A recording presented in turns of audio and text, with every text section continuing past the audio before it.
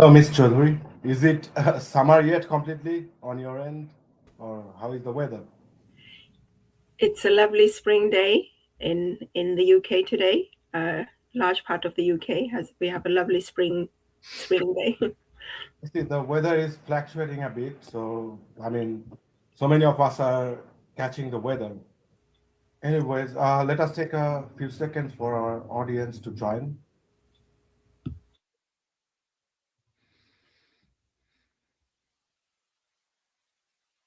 It does appear that there are some folks who are joining. So, good evening, everyone, and welcome to the Persecution Report. I'm your host, Anwar Shadat Jihan. Tonight's episode carries a title that should stop all of us cold. Children are dying. What happened to Bangladesh's healthcare miracle? Now, tonight's episode is not any hypothetical. It's not any projection. Children, real children, are dying as we speak. As you are watching this, children are lying on hospital corridors, on floors, and in front of lifts. Why? Because there are no beds available. As the Prime Minister of Bangladesh, Mr. Tariq Rahman, is busy enjoying a movie. He is busy enjoying a movie. Real children, real children are dying. They are dying from measles, a disease that Bangladesh had nearly eliminated. Let that sink in. What happened to Bangladesh? A disease that Bangladesh nearly had eliminated. What it appears is that what Bangladesh is going through is nothing but a cascading catastrophic breakdown. It is a complete breakdown, and it did not happen by any accident. Bangladesh's healthcare story was one of the greatest development stories of the world. If you take a look, the Lancet, one of world's most prestigious medical journal, dedicated a full series to what it's called the Bangladesh paradox back in 2013. That means incredible, phenomenal healthcare achievements despite economic limitations. But then what happened? Why the children are suffering today? Who dismantled the healthcare system of Bangladesh?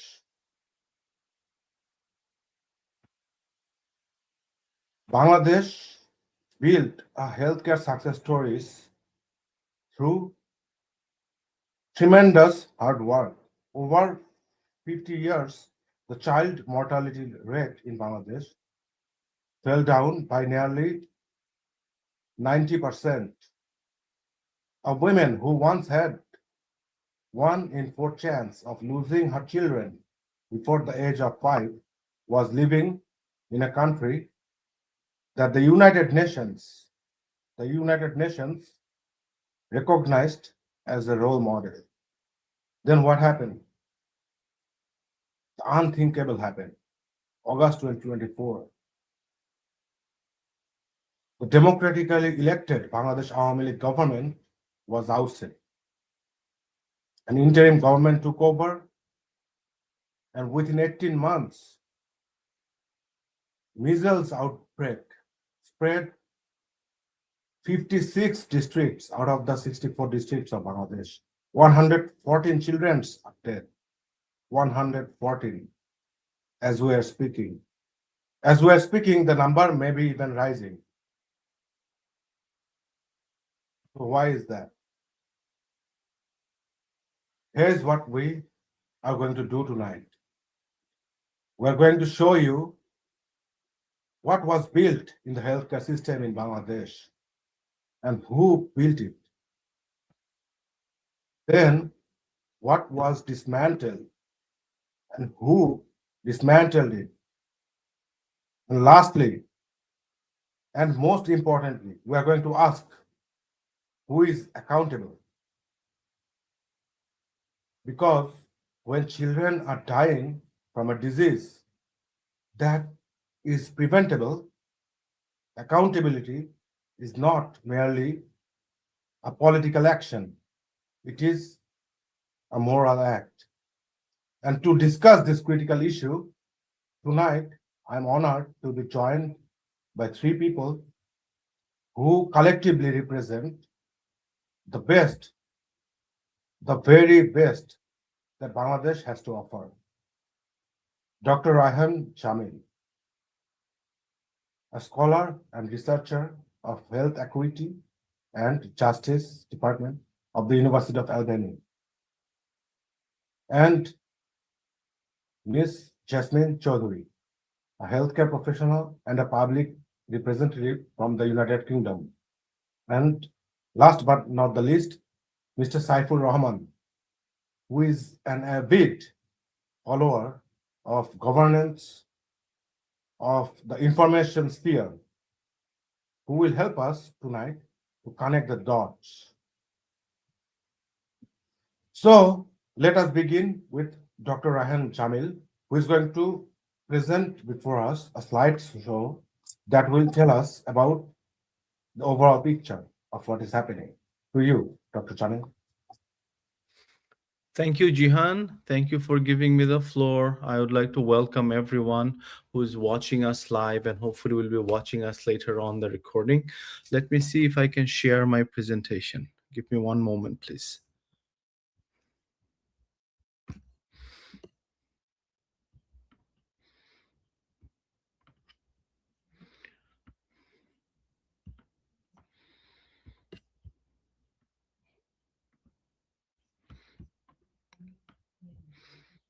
Can you all see my screen properly? Yes, Dr. Jamil. I mean, Okay, as sure. long as it is fine with you, I am just seeing the screen but not you. Like the Correct, whole that's thing fine. is fine with you. Okay. Let the focus be on the content. Okay. So, shall I begin? Yeah, sure. Excellent. Tonight, we're talking about something that should outrage everyone, every Bangladeshi at least, and every human being who believes children's lives matter the most. So, what we're going to talk about today is this. We're going to start with where Bangladesh came from.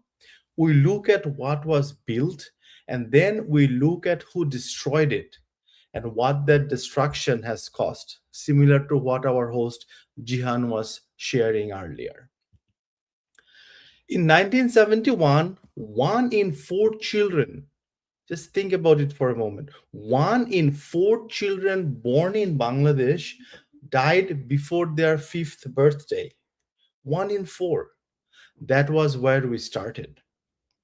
Many called us the basket case. Was that really the issue? When Bangladesh was born in 1971, our life expectancy was just 47 years. There, we had only one doctor for every 11,000 people.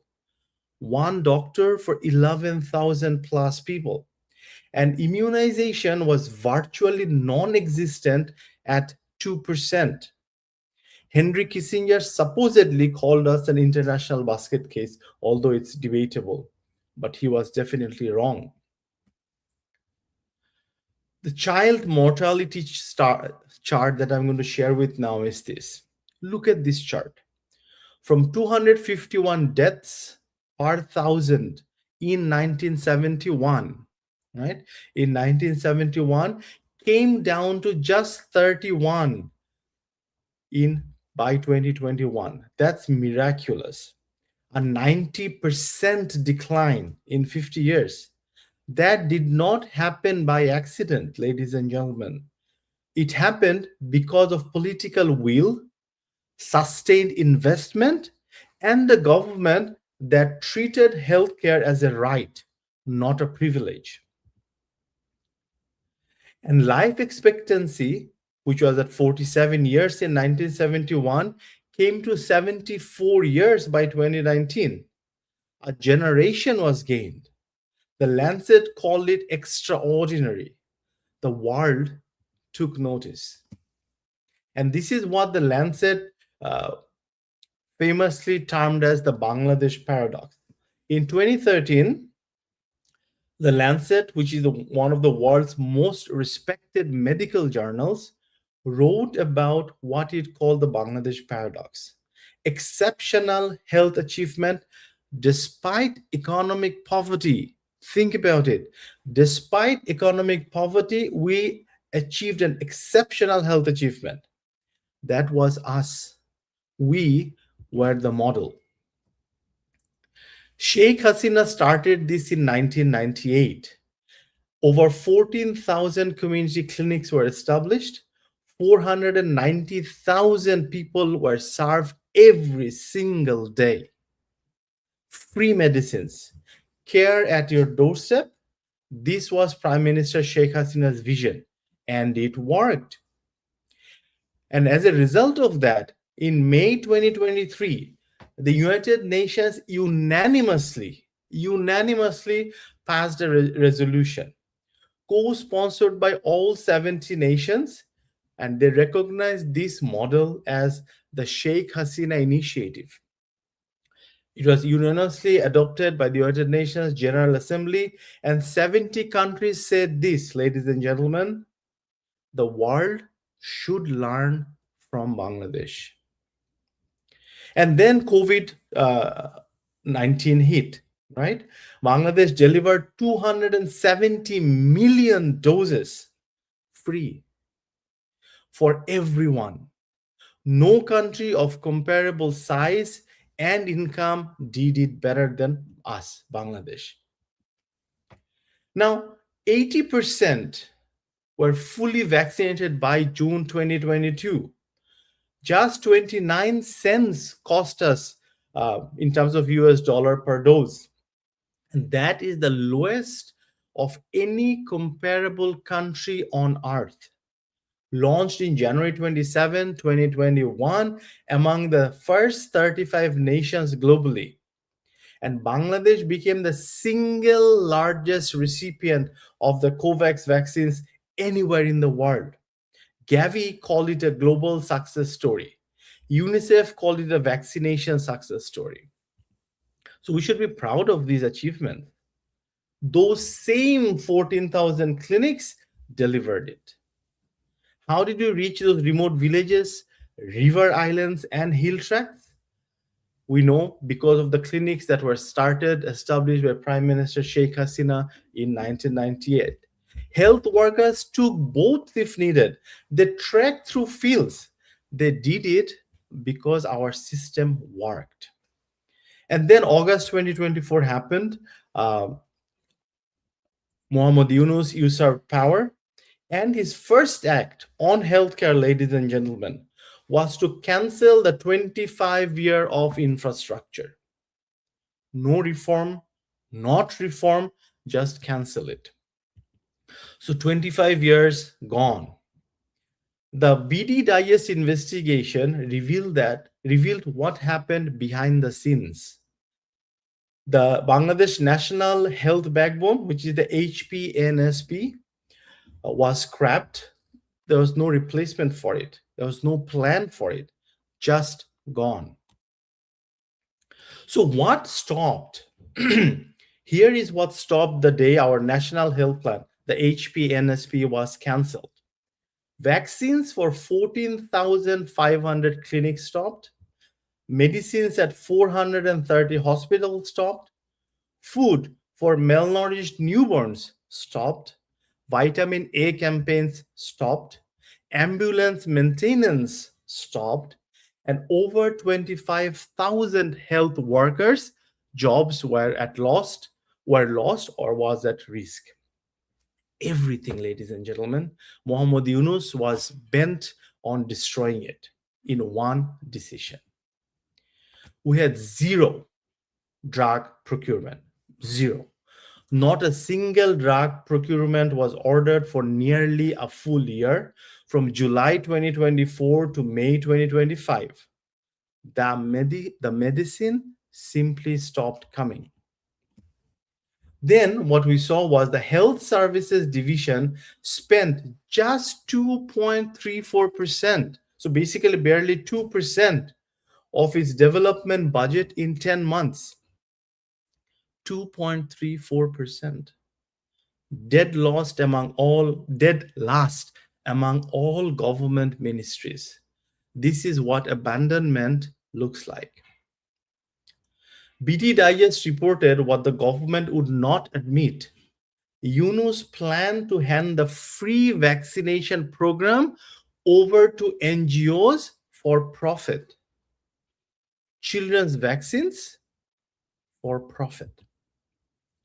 And in the last several months, we have seen how we have actually lost more than 50 children. The current number as of today is about 114 plus children has died from measles in a country that had nearly eliminated measles, that Jihan pointed out earlier as well.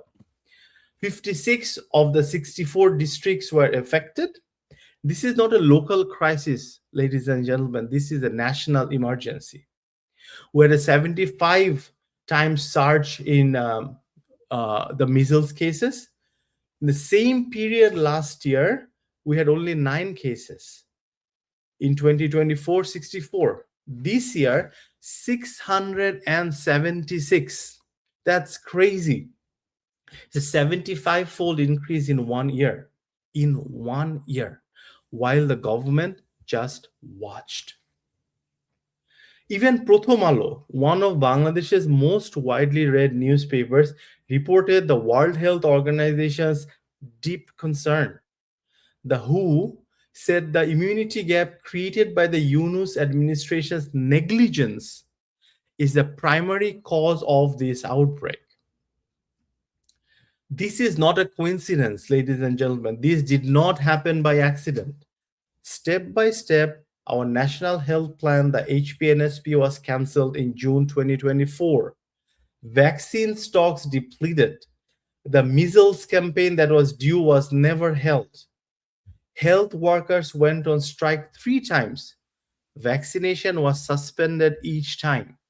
The central warehouse ran out and 50 plus children died.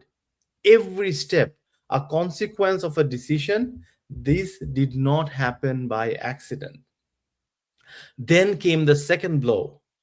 President Trump of the United States cut 97% of Bangladesh's bilateral US health funding from $80 million to just $2 million. Bangladesh was the country with the largest percentage cut in the entire world. Yunus had already dismantled the safety net before President Trump pulled the rug. So when the cuts came, there was nothing underneath, no backup plan, no buffer, no contingency plan, just a free fall.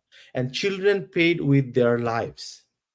And now the BNP is back. Remember, BNP shut every one of those 14,000 plus community clinics when they came to power in 2001. Not because the clinics are failing, ladies and gentlemen. You will be shocked and surprised. BNP shut down all those clinics because they were working. And the idea behind that was, if people were getting helped by these clinics, people will come and vote for Awami League. That was their reasoning. Extortion. And now the man leading Bangladesh is Prime Minister Tariq Rahman. He is convicted of... Prime Minister Tariq Rahman, as you are seeing, whom Dr. Jamil, we are Mr. Tariq Rahman. We are seeing him. Indeed. Like that is what his designation is right now, whether we like it or not. But look at who he is. He is convicted of money laundering by the Bangladesh's highest court, High Court. An FBI agent physically came to Bangladesh and testified against him. The American embassy called him, and I'm using their exact words, a symbol of kleptocratic government. A symbol of kleptocratic government. That's what Tariq Rahman represents. His convictions were conveniently overturned by the Jamaat Yunus regime. His coalition partner is who? Jamaat-e Islami, the party that So, sided with. so as we are talking about Tarek Rahman and seeing him as Mr. Tarek Rahman being completely busy watching and enjoying a movie, right? When real children are dying. Mr. Tarek Rahman is busy enjoying a movie. Crisis happens. I mean, we all work in professional world, and in professional world, system fails. Things can go wrong. Things go wrong. But then we have leaders who take charge, right? But that's what is absent in Bangladesh right now. And with that, right now, I would like to go to Ms. Chaudhuri, who works in the public health care of the United Kingdom and who has seen it all. So, Ms. Chaudhuri, you work in the public health in the United Kingdom, right? You have seen strong systems. Also, you have seen what happens when systems are deliberately starved of resources. Systems can't function, right? So when you look at what's happening right now in Bangladesh, more than 114 children dead from measles, a disease that we have the ability to prevent. 56 districts affected. Children don't have bed in the hospital. As a healthcare professional, what is your first reaction? To you, Ms. Chaudhuri. Thank you, Mr. Jihan. Thank you for including me in this conversation today.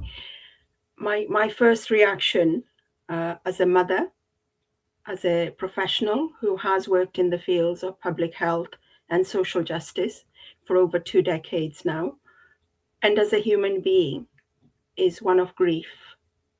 Because we all know what these numbers mean. Behind every statistic, it's a loss of an innocent child. This is what we are talking about. And behind every child, there's the helplessness, the loss of hopes and dreams of a family, the hopes and dreams of a nation, and the kind of world, the better world we all want to build. So I keep thinking about Nazim Hikmet's line, let's give the world to the children. I keep thinking of the mother who carried her baby to a hospital and was told there are no beds. I keep thinking of the father who watched his child fight the disease that should have been prevented by a vaccine that is simply not, at least he's being told, is not available. So these, this is what leads me to feel this is my first reaction, is one of sheer grief. We all know measles is one of the most contagious diseases known to humanity.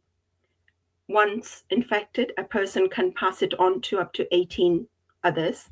It's a serious airborne disease caused by a virus that can lead to severe complications, such as destroying a child's immune system for months, leaving them wide open to other infectious diseases. And as we are tragically witnessing in the case of Bangladesh right now, it can lead to fatalities. So we know this. The science has been settled for a long time. The only thing standing between a child and measles is a safe and cost-effective vaccine, the MMR vaccine. We also know that measles vaccination, the MMR vaccination, averts millions of deaths every year across the globe. So according to the World Health Organization, it averted 59 million deaths between 2020 and 2024 across the world. So when I hear, and as we heard Dr. Jamil just go through those statistics, the the progress, the miracle Bangladesh had in the health sector. And now I hear that the central vaccine warehouse in Bangladesh had zero stock. While Let me stop you for a second here, Ms. Chaudhary. What I would like from you is that you focus. You are a mother, right? You are a mother. You have children. So these are real children that are dying. So as a mother, what are your take? These could be your children, right? So going beyond the statistics and all that.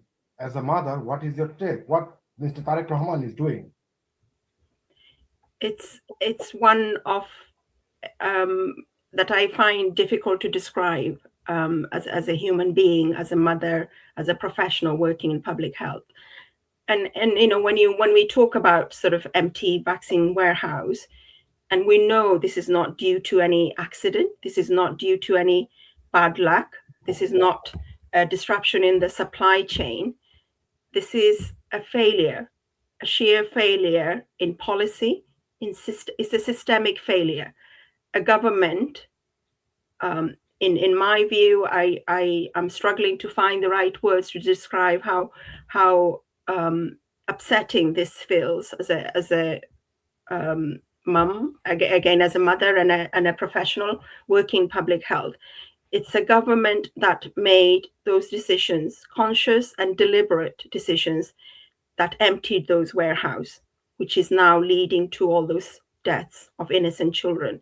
The Yunus administration cancelled the 5th Health, Population and Nutrition Health Programme. The programme was the backbone of the vaccine procurement in Bangladesh for over 25 years. And we saw in Dr. Jamil's presentation how effective that programme was, and how many lives it's saved over the years, over the 25 years. So they cancelled it without a replacement plan, and there was nothing in place to prevent all these deaths that we are now witnessing. I mean, it's far from perfect in the UK, but when we talk about health equity in general, we talk about social and wider determinants of health. So the condition in which people are born in, they grow up in, live and age in.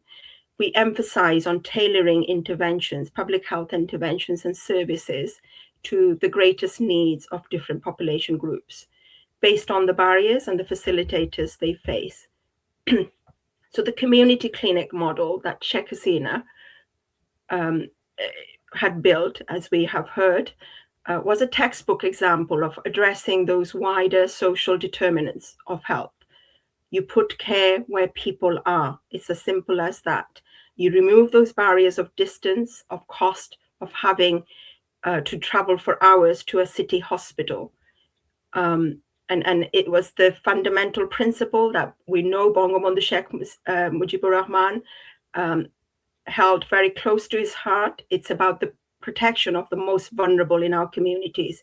And this is behind what Sheikh Hasina had introduced through those community clinics. 490,000 people a day were served by those clinics.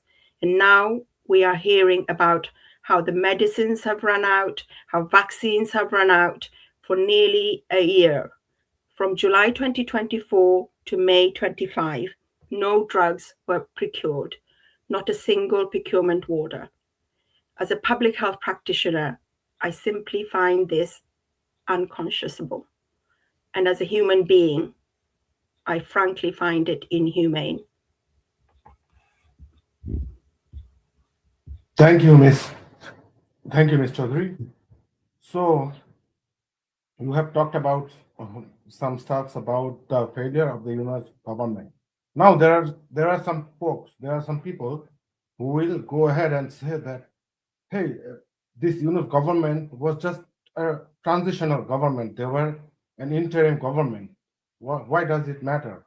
They were just there to reform it. But now, Ms. Chaudhary, I have to be honest. I have really zero patience for this argument. because these are real children.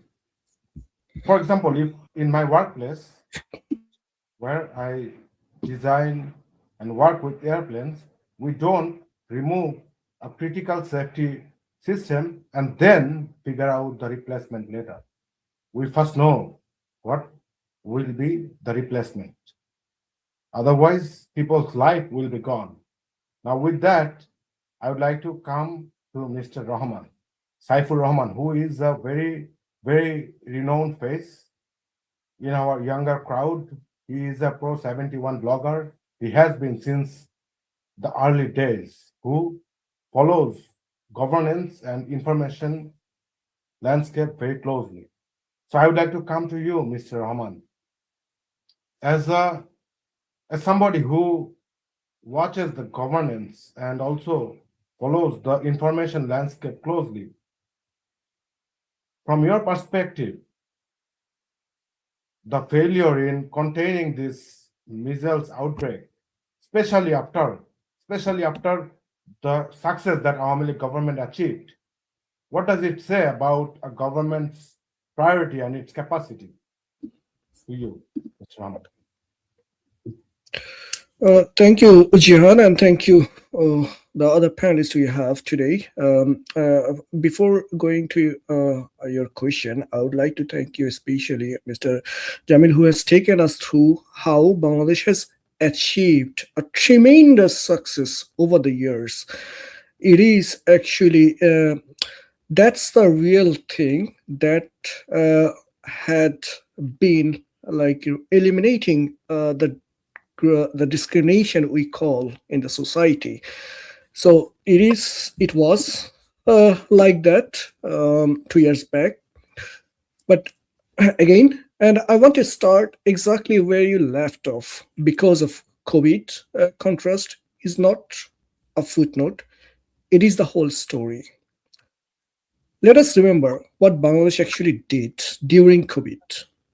We are talking about a low middle income country of 170 million people, high population density, a fragile health system, and a global pandemic hitting simultaneously.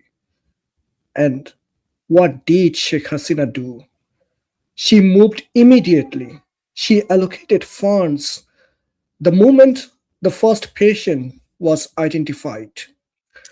If you remember, she signed a bilateral vaccine agreements before most governments had even drawn up a plan. She joined COVAX very early, and she made a public commitment: every vaccine will be free, not only for the wealthy, not for the connected, but for everyone. Now, what was the result? Bangladesh launched its COVID vaccination drive on January 27, 2021, among the first 35 countries in the world to do so. By June 2021, only 4% of Bangladeshis had two doses. 18 months later, what we have seen that the number was nearly 80%. Gavi, which is the world's leading vaccine alliance, it call it a global success story. It's not only national; it was a global success story among all the countries in the world. UNICEF called it a vaccine success story. Bangladesh became the largest recipient of COVID vaccines through COVAX on earth. 270 million doses. Remember this number: 270 million doses at a delivery cost of just 29 cents per dose, the lowest of any comparable country studied. And here is a part that connects directly to tonight's crisis, or what we are seeing, what we are observing at the moment in Bangladesh. The delivery mechanism for those COVID vaccines in rural Bangladesh was the community clinic network. The same 14,500 clinics now starved of medicine. They worked during a global pandemic. They reached remote areas, river islands, hill tracks. Health workers transported those vaccines on boats. They trekked through fields. They did it because the system was funded, coordinated, and led with a proper political will. Now, fast forward. What did the Yunus administration had done in last 18 months? The Yunus administration arrives, and what do they do with the same infrastructure? They cancel the funding program, they freeze procurement, they let 25,000 health workers face the prospect of losing their jobs. The Health Services Division spent just 2.34% of its development budget in 10 months, the worst performer of all government ministries. And the central vaccine warehouse ran out of measles vaccines while children are dying. That is the contrast. 270 million COVID doses delivered, zero measles vaccines in stock. Same country, same clinics, same people. One government built, the next just destroyed. And as someone who watches the information space, I can tell you this collapse was entirely predictable. People were warning about it. The warnings were ignored, and now you see children are dying. Over to you, Mr. Jan. Real children are dying as we are talking.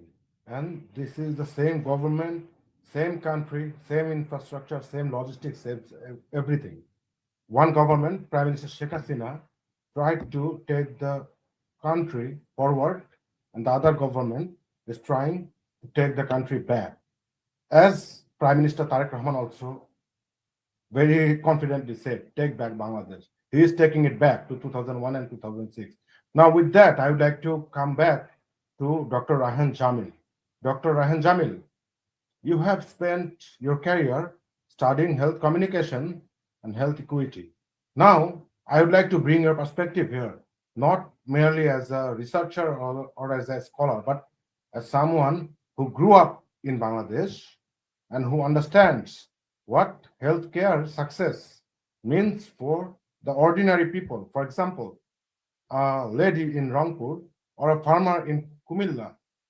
What does the healthcare success stories of Bangladesh mean for them? And when those success evaporates, how does that affect them? To you, Dr. Chan.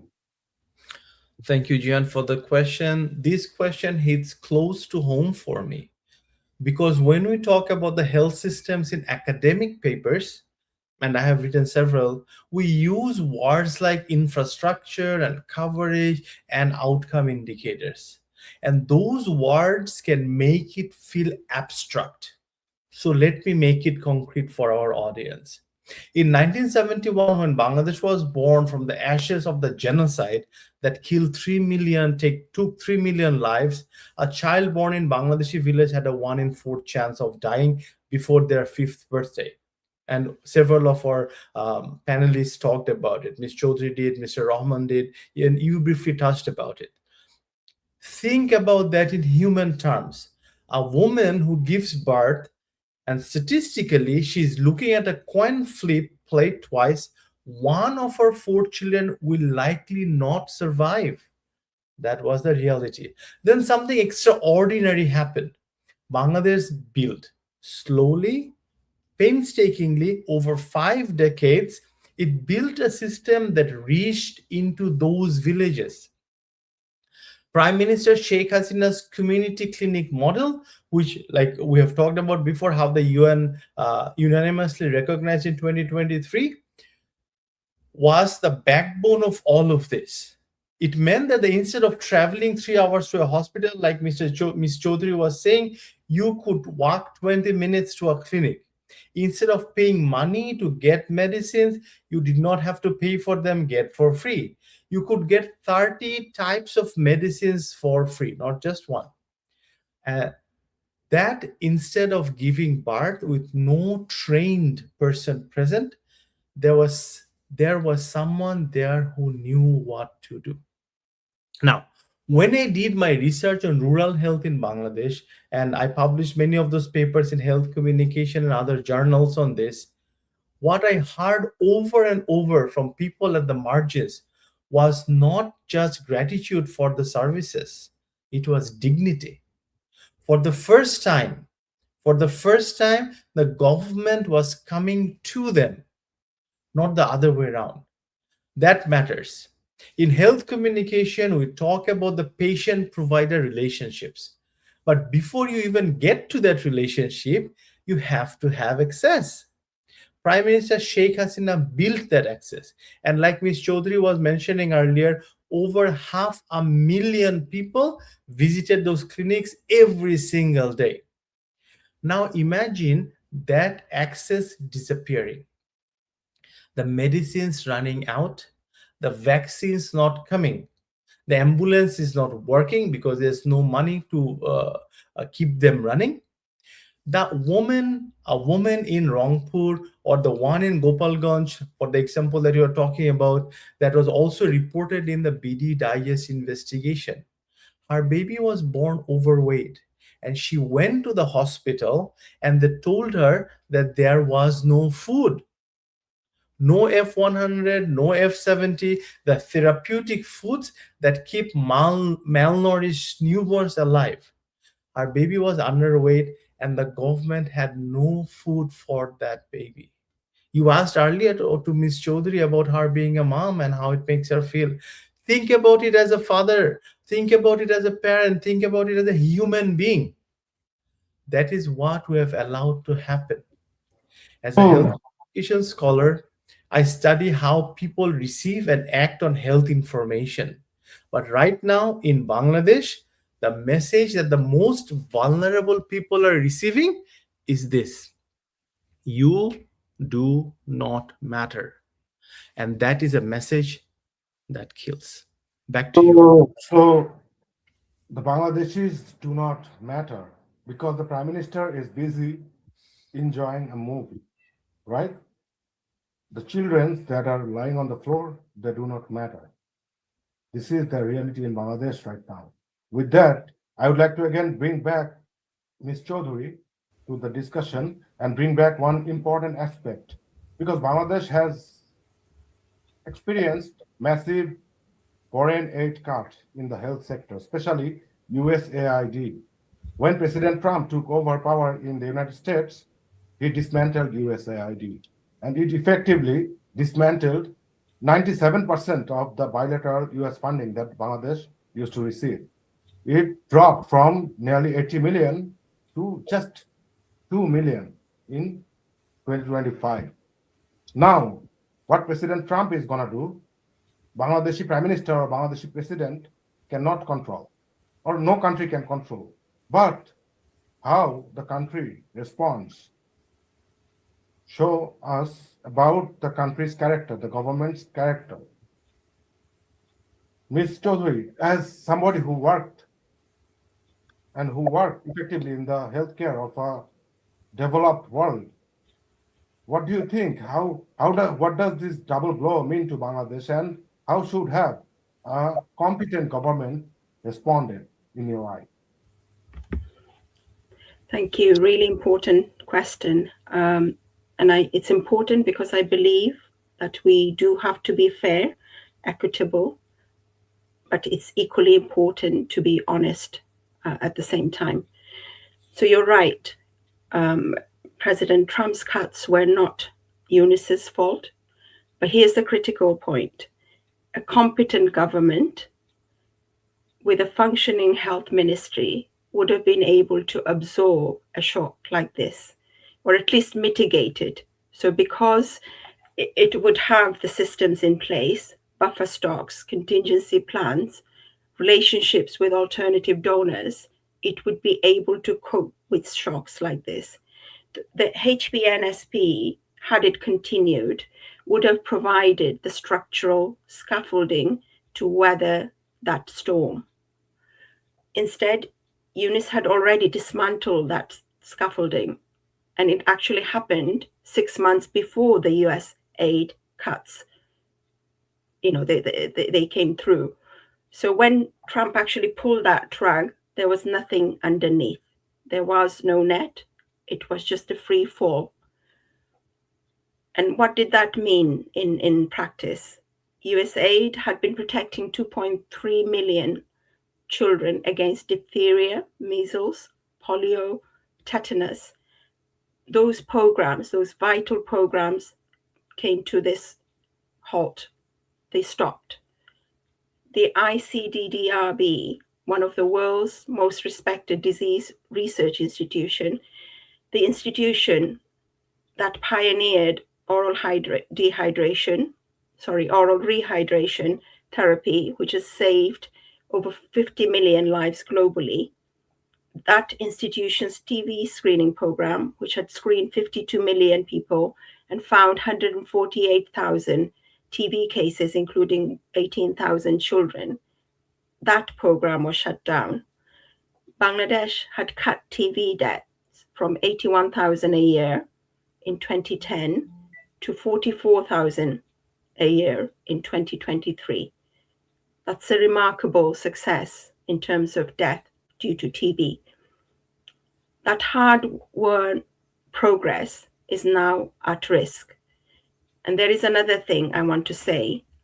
As a woman working in public health, the UN Population Fund, the UNFPA, was running reproductive and maternal health programs in Bangladesh with US support. When that support was pulled and when these programs were shut down, midwives were not paid, clinics were shutting down, and the UNFPA country director said something that has stayed with me since then. They said the risk of babies and mothers dying had shot up. So not increased slightly, they had shot up. That is the combination of Eunice's negligence and Trump's cruelty. This is what it did to Bangladesh's women and to its children. Back to you.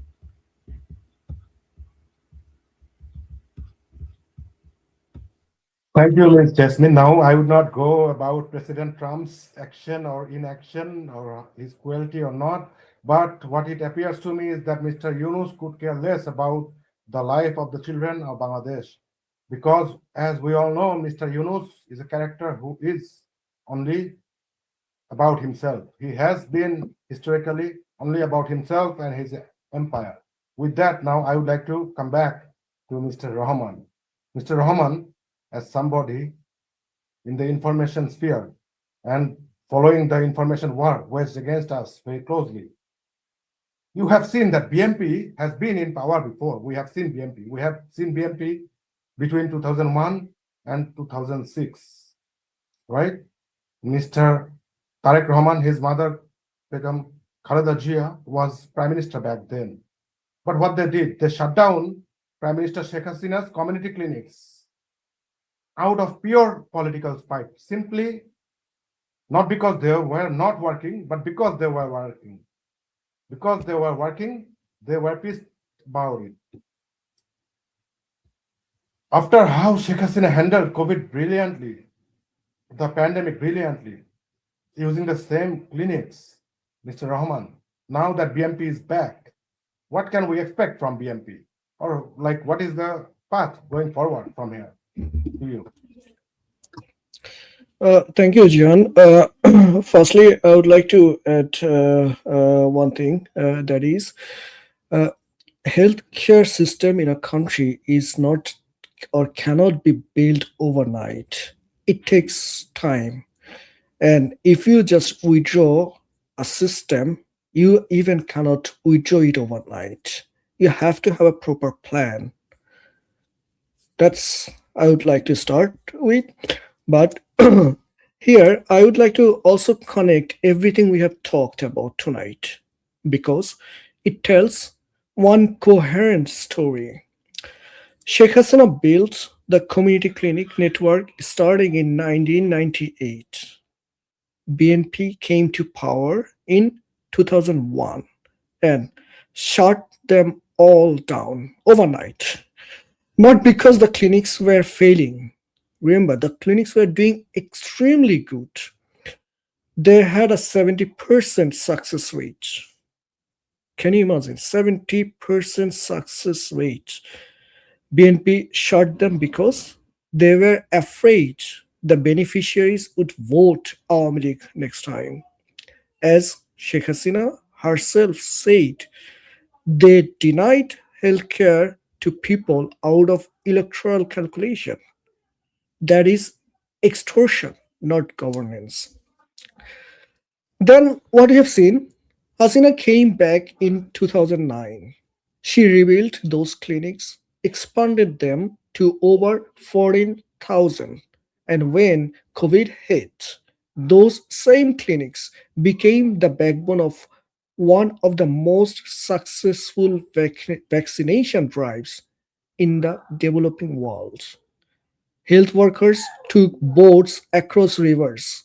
They trekked through fields. They delivered, as I said earlier, 270 million doses in a country where the infrastructure should not have been able to do it. But it did. Because of, as I said even earlier, a very true political will and a system that had been built with care over decades.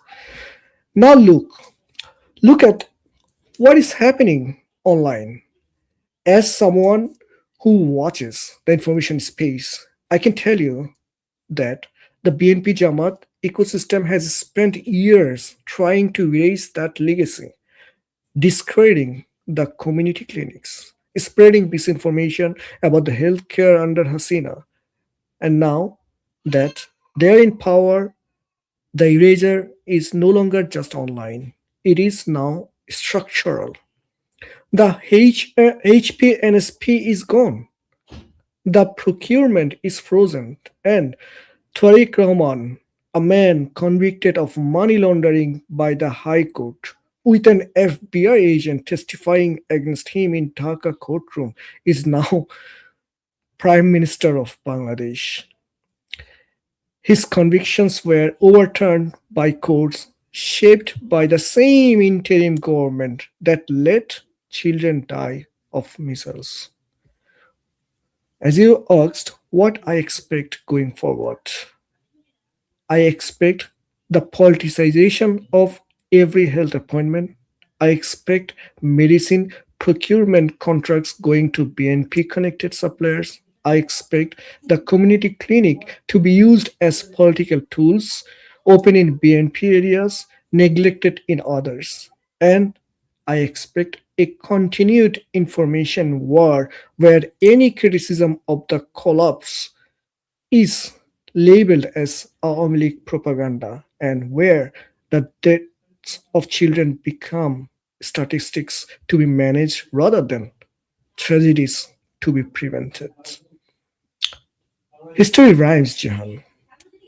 In 1971, the war criminals tried to erase Bengali identity. Today, their political descendants are erasing Bangladesh's greatest public health legacy. Different tools, same instinct. Back to you, Jihan. Thank you, Mr. Rahman. You have mentioned some very important things.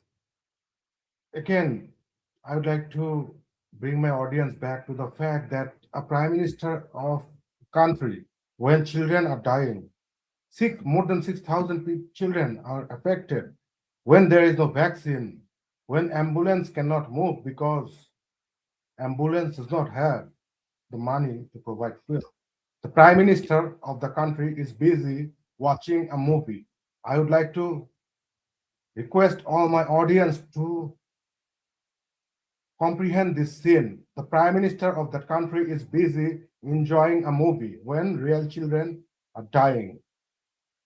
And we are also seeing the international community not doing what it needs to do.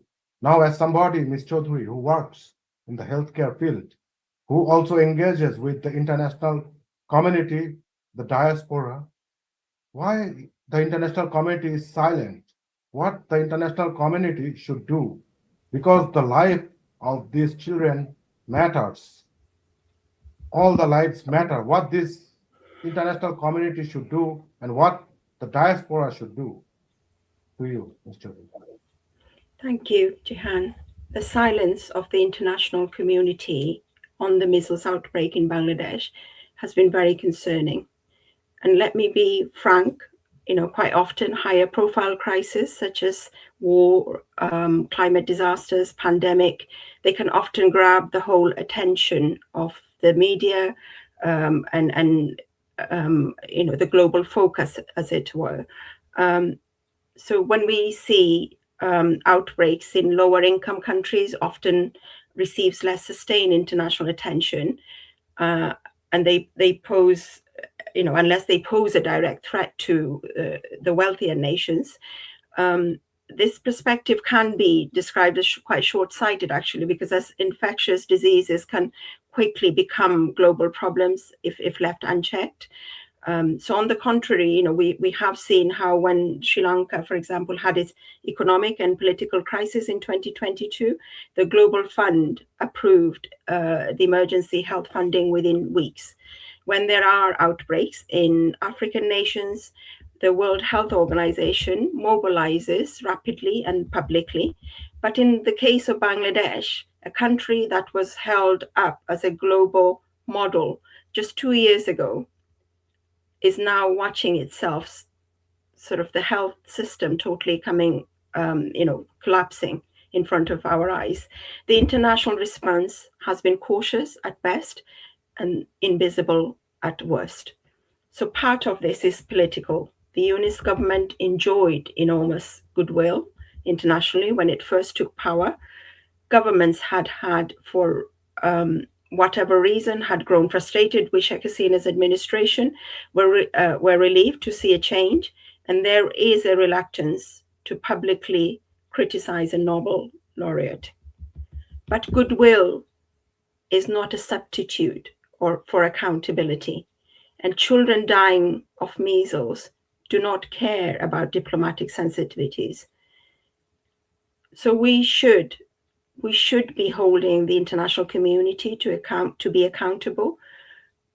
And what we should be asking the world, the global world, to respond to this public health crisis in Bangladesh. So how can they respond? So first, WHO and UNICEF need to be far more vocal.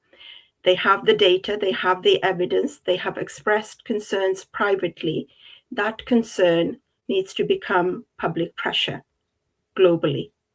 Second, the international donors need to condition future support to the restoration of a functioning health sector program, not just emergency vaccine procurement. We need to see a sustainable framework to rebuild Bangladesh's health infrastructure. And third, the global public health community, researchers, journalists, institutions need to be writing about Bangladesh the way they wrote in 2013, as we heard previously in the Lancet, where the miracle in Bangladesh was celebrated. They need to write about this collapse of the system over the last 20 months. And so they need to do that with the same rigor and with the same sense of emergency. The world helped Bangladesh to build its miracle. The world has a responsibility to speak when that miracle is being destroyed right in front of our eyes. Thank you, Ms. Chaudhary. So, from today's discussion, what I have understood and what I'm sure that my audiences are also taking is that it was only Mr. Yunus and his interim government's negligence that are solely responsible for the death of all these innocent children. Because they did not care, now we are losing all these children. But where do we go? This is the question Taslima Begum, the mother who lost a child, asked. It is a question every parent in rural Bangladesh today who cannot get medicine, who cannot find a vaccine, cannot get an ambulance, is asking tonight. We started this conversation with a number, 114 children dead, but we are ending tonight with a name, Taslima Begum. Because this is what empathy demands of us. These are not only numbers, these are real people, these are real individuals, and these are real lives. Tonight, we heard from 3 people. I'm proud to call my colleagues and my friends. Jasmine told us that children are dying not because Bangladesh is poor, but because Bangladesh's government, UNO's government, chose them to die. Mr. Rahman Mishu Bhai told us to connect the dot, told us to see PMP Jamaat for exactly what they are, anti-Bangladesh. History told us that. The present scenario is telling us that. And last but not least, Dr. Rahan, who reminded us that a blueprint for recovery exists because the Awami League chief, Prime Minister Sheikh Hasina, built something real. She built something that the 70 countries of the world recognized, something that worked even through the greatest pandemic, the China virus, the COVID pandemic. I want to add one more final thing. As an engineer, I know that our system under stress does not always fail at once. It fails one component at a time. In Bangladesh healthcare system, something like that is happening. One component is failing after another. But it is us, it is all of you who can wake up, who can demand accountability, which can prevent the loss of all these children. We are not yet at a total collapse, but we are close enough that every day matters, every voice matters, every episode of this persecution report matters. Thank you to Ms. Chaudhuri, Mr. Rahman, and Mr. Dr. Rahan Jamil for being here today and sharing your perspective. And thank you for our audience for watching, for sharing, and for caring.